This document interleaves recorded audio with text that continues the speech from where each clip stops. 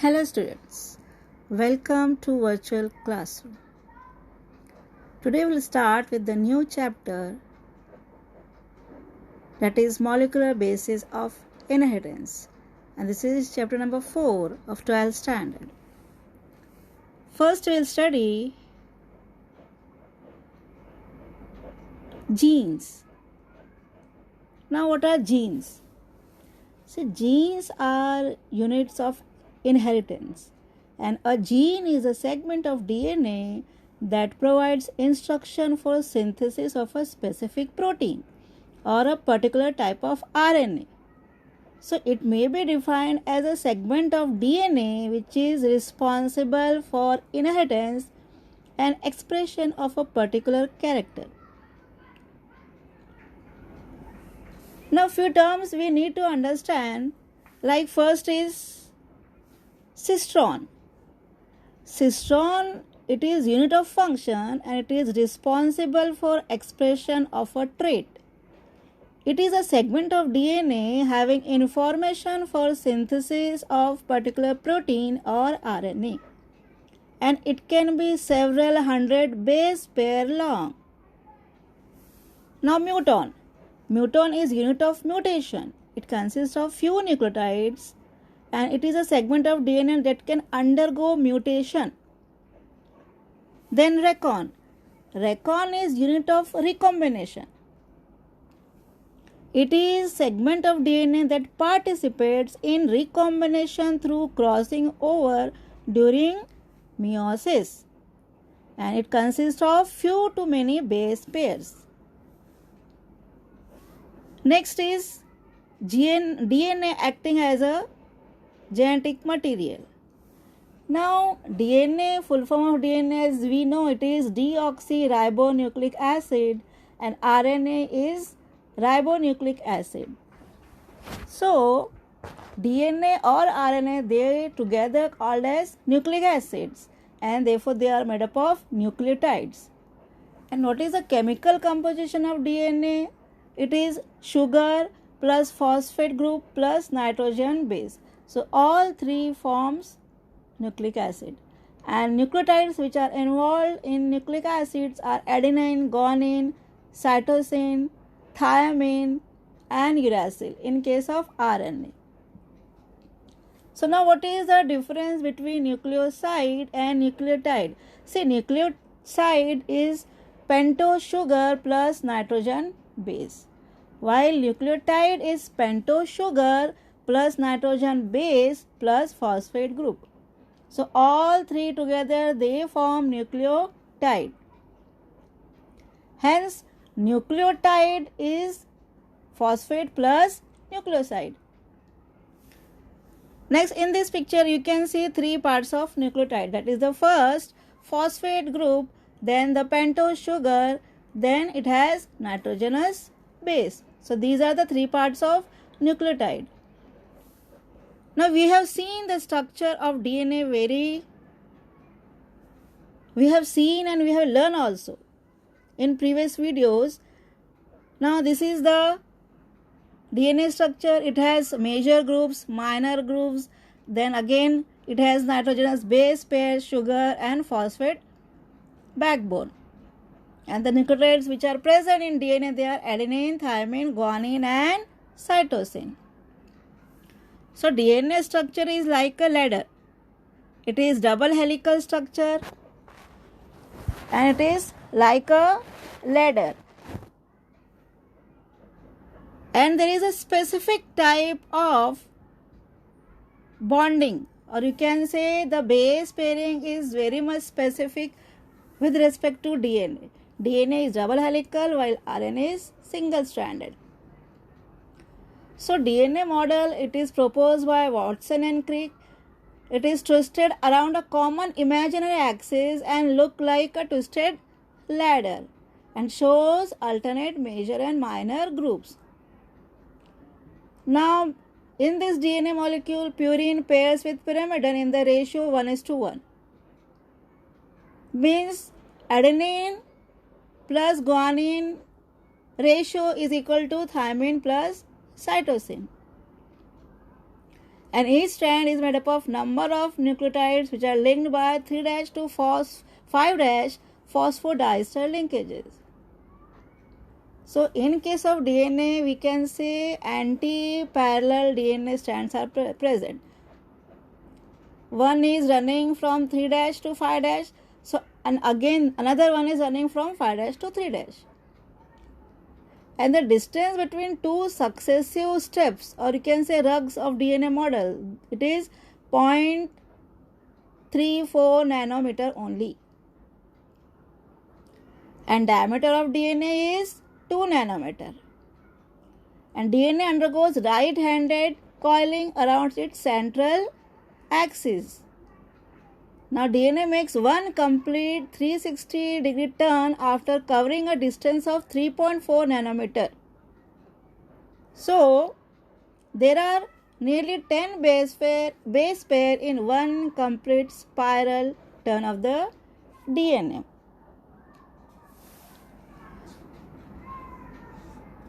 Now DNA replication means DNA produces its own DNA. That is, the synthesis of DNA from DNA is called as DNA replication. The process in which the DNA molecule produces exact copy or replica of itself is called as replication of DNA. And in eukaryotes, replication of DNA takes place inside the nucleus. Now this replication of DNA has a specific mechanism, and it includes number of steps. Like first is activation of nucleotides.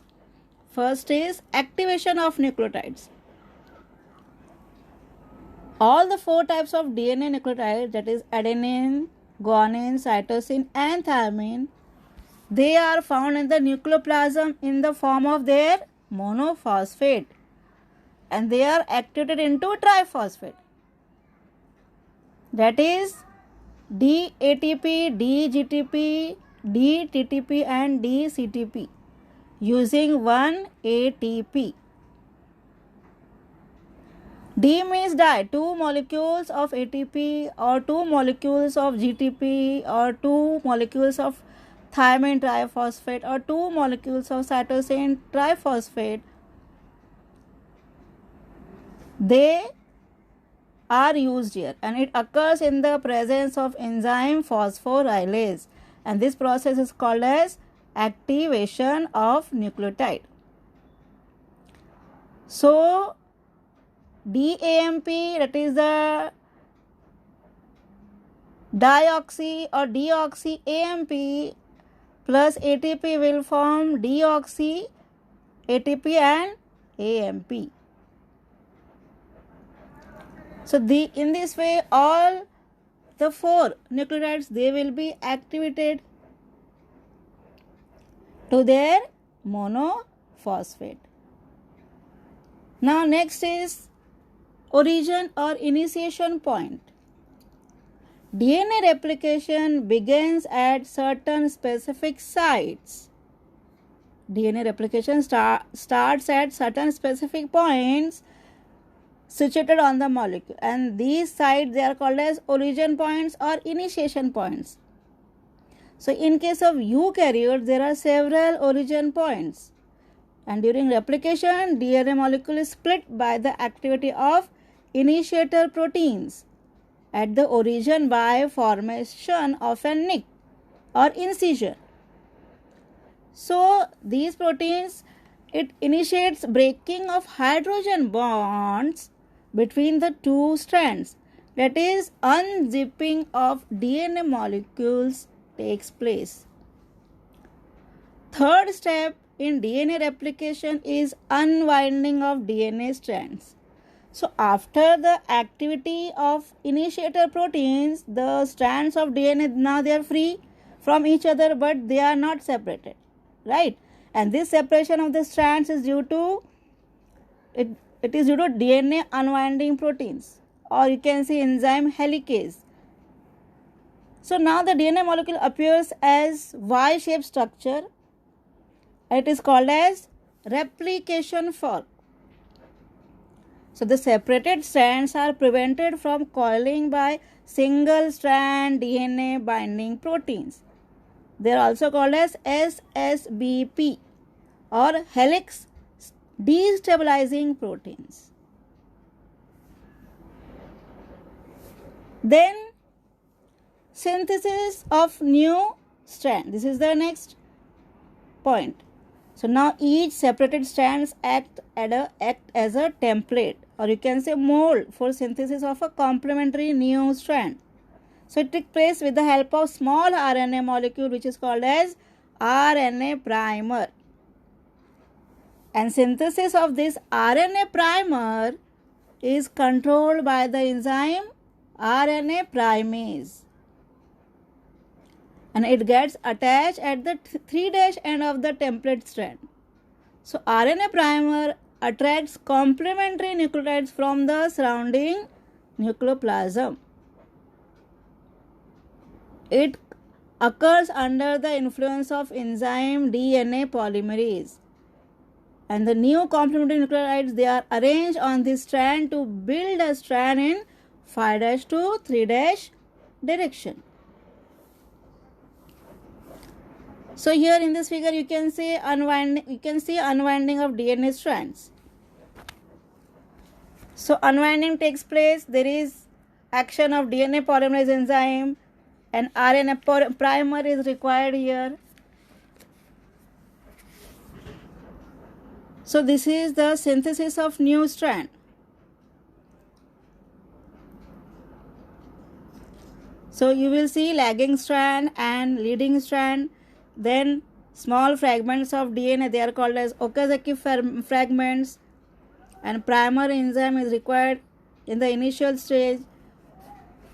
Then there is formation of Okazaki strands. In this figure you can see clearly these Okazaki fragments. Red color on the right side of this inverted Y-shaped structure of DNA. Now how this leading and lagging strands, they are formed. So DNA polymerase catalyzes polymerization only in one direction, that is from 5' to 3'. Consequently, on one strand replication is continuous, while on the other strand it is discontinuous.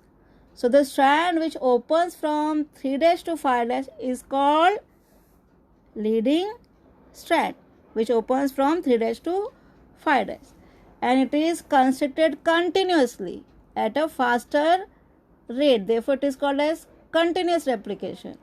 And the other strand which opens from 5' to 3' is called lagging template, and it is complementary strand, and therefore it is called as lagging strand. So what happens? It is this lagging strand, it is constructed discontinuously at a slower rate, and the lagging strand is constructed in the form of short fragments of DNA in 5' to 3' direction, which are called as Okazaki fragments. And these Okazaki fragments later they are joined by the enzyme DNA ligase. And each Okazaki fragments need one RNA primer. Later the RNA primer is removed by the enzyme RNase. So in this way, leading strand and lagging strands, they are synthesized. Leading is continuous strand while lagging is discontinuous strand. And each Okazaki fragment on lagging strands requires RNA primer. So in this way, complementary DNA, they are synthesized. And now you will see how there is formation of daughter DNA molecules. See, after replication, each DNA molecule has one old and other new strand, right?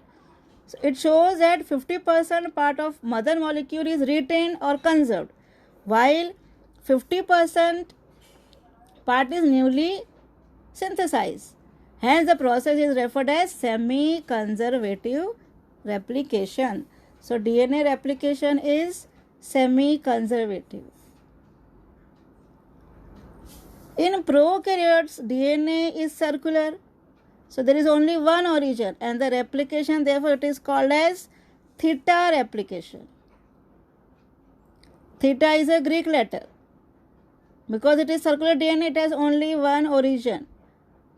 While in case of eukaryotes, there are several initiation points of DNA replication.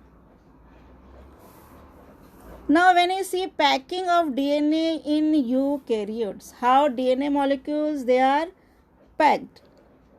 First of all, the DNA length in mammalian cell is 2.2 meters and the size of nucleus is 10 raised to minus 6 meter. So, DNA is condensed, coiled or supercoiled to fit in this small nucleus. And therefore, histones, these are proteins. So, 8 molecules of histones are required. And these are HB2A, HB2B, H3 and H4. Since DNA is negatively charged, histones are positively charged. So, there is definitely attraction. And DNA then wrapped around histones in the form of octamer. And they form nucleosomes. So, when they form nucleosomes, you can see the DNA appears like in this way. See, all these are histones. H2A, H2B, H3 and H4. They are, around them DNA molecule is coiled. And you can say one octamer is linked with another octamer via linker DNA. Now, when DNA is wrapped by histones, they appear like beads on string. So, when we see under the electron microscope, nucleus show chromatin network and the nucleosome in chromosomes are seen as beads on string.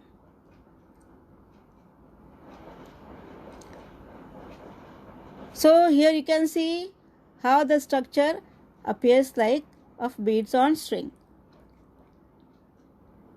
So, this beads on string structure gets condensed into nucleosome fiber, which is 10 nanometer in diameter. And H1 histone is present in the linker DNA. As DNA makes 2 complete turns, it is present where the DNA starts wrapping the octamer and leaves. So, each nucleosome contains nearly 200 base pairs of DNA helix.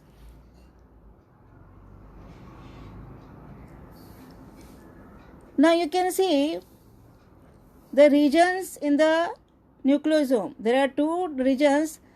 First is heterochromatin, second is euchromatin. The packaging of chromatin at higher levels need additional set of proteins that are collectively called as NHC, means non-histone chromosomal proteins. So, a loosely packed region of chromatin that stains light is called euchromatin, and densely packed region that stains dark is called heterochromatin. So, you can see euchromatin is condensed and it is transcriptionally active chromatin, while heterochromatin is transcriptionally inactive. Now, coming to DNA packaging in prokaryotes. So, in E. coli, it is a prokaryote. Cell size is nearly 2 to 3 micron. And the cell, it has not well organized nucleus, and even the nucleus is without nuclear membrane and nucleolus. Here the nucleus is small and circular, but highly folded. So the naked ring of DNA is around 1100 micron long in perimeter and contains nearly 4.66 million base pairs. So coiling is assisted by positively charged histones like DNA binding proteins and DNA gyrase enzymes, and even topoisomerase 1. So these are requirement for coiling of DNA in case of prokaryotes to maintain supercoiled state of DNA. So in this figure you can see how the DNA molecules, they are packed, they are coiled, supercoiled with the help of histones, that is DNA binding proteins and DNA gyrase enzymes, and even topoisomerase 1. And because of this, the huge long DNA molecule can be easily supercoiled in that small E. coli cell, whose size is nearly 2 to 3 micron only. So this is all about today's. I hope you understood, children. In the next part, we'll study the next part of this, that is how the proteins they are synthesized and what is the role of rRNA in the protein synthesis. So till then, take care. Goodbye.